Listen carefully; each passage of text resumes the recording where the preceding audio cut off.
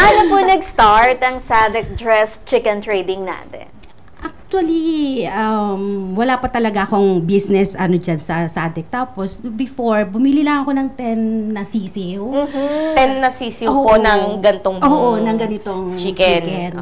Tapos, yun, lumaki na siya. Kasi pang sarili, mahilig kasi ako sa native, laking probinsya. Pero, maputol mo na kita, Miss Jenny. Anong klaseng chicken? Caviar variant po siya. Oo, malalaking chicken siya.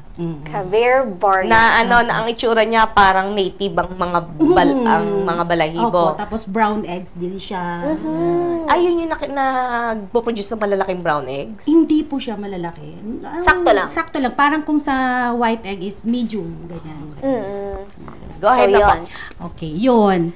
10 for personal lang. Tapos, nung lumaki na siya, dumadami, ang sipag pala niyang itlog.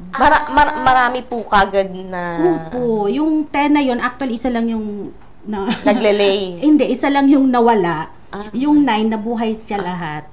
Tapos yun, nag-umpisa na siyang mangitlog. Dalawa lang yung, yung lalaki. Tapos yun, dumami, naparami ko siya. Tapos may mga bumibili na ng live. Buhay. Doon po ako naisip niyo po yung negosyo live chicken pa lang. Tapos itong process na lately lang. Dahil sa DTI na rin. Ayun. Balikan po natin yung siyam na nag-survive. Ilan po yung binalik niya na egg naman? Ay, hindi ko na, pero marami po talaga. Everyday po nagle-lay siya? Yes po. Everyday. Ganito siya kalaki? Ayan. Ano to? Mga ilang kilo po yung mga po pwede niyang i-harvest na ibenta. Yung nag-range. Yung from siguro mga 6 to 7 months, nasa 1.5 pataas.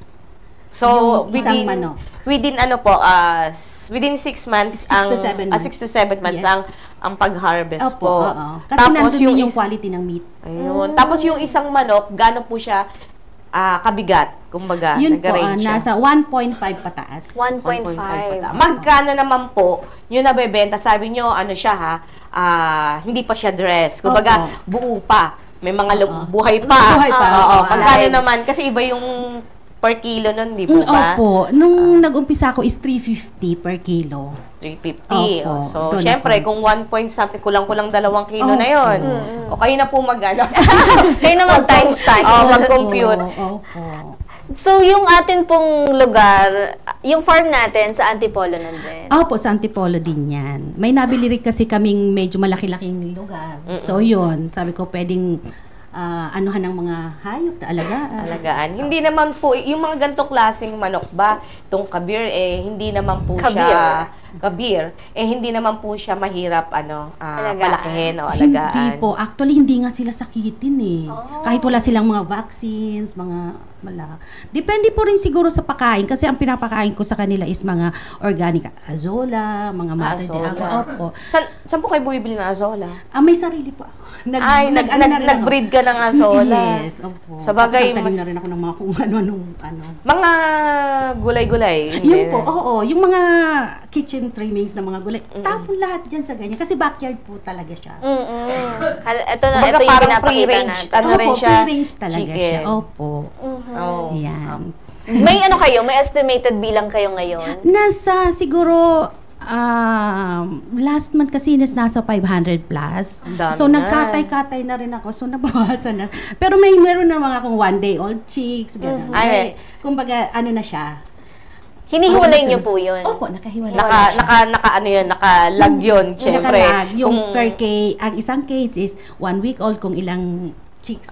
Para alam nila kung ano ba yung pwede nang ibenta. Yes, from live chicken na pinapakita, niluluto na sila ngayon. Opo, yan. Ay, yung nitong sabi niyo po, December lang po kayo nagsimula. Yes, po, pero mabenta yun dahil syempre, handaan. Holiday season. Sa pag-contact number naman po, sakaling kailanganin. Opo. So, yung po, kung interesado po kayo sa native chicken, sa Sadek Dress Chicken, kontakin nyo lang po ako sa 0917-188-0285 or sa FB ko po, personal ko po muna, is Jennifer Quachin Martires po. Or, follow na lang po share ko mamaya.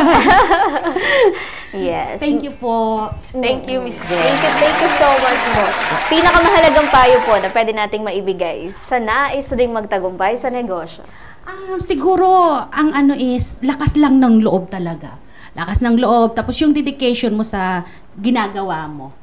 Tsaka, hingi na rin ng guidance sa taas. Yun po.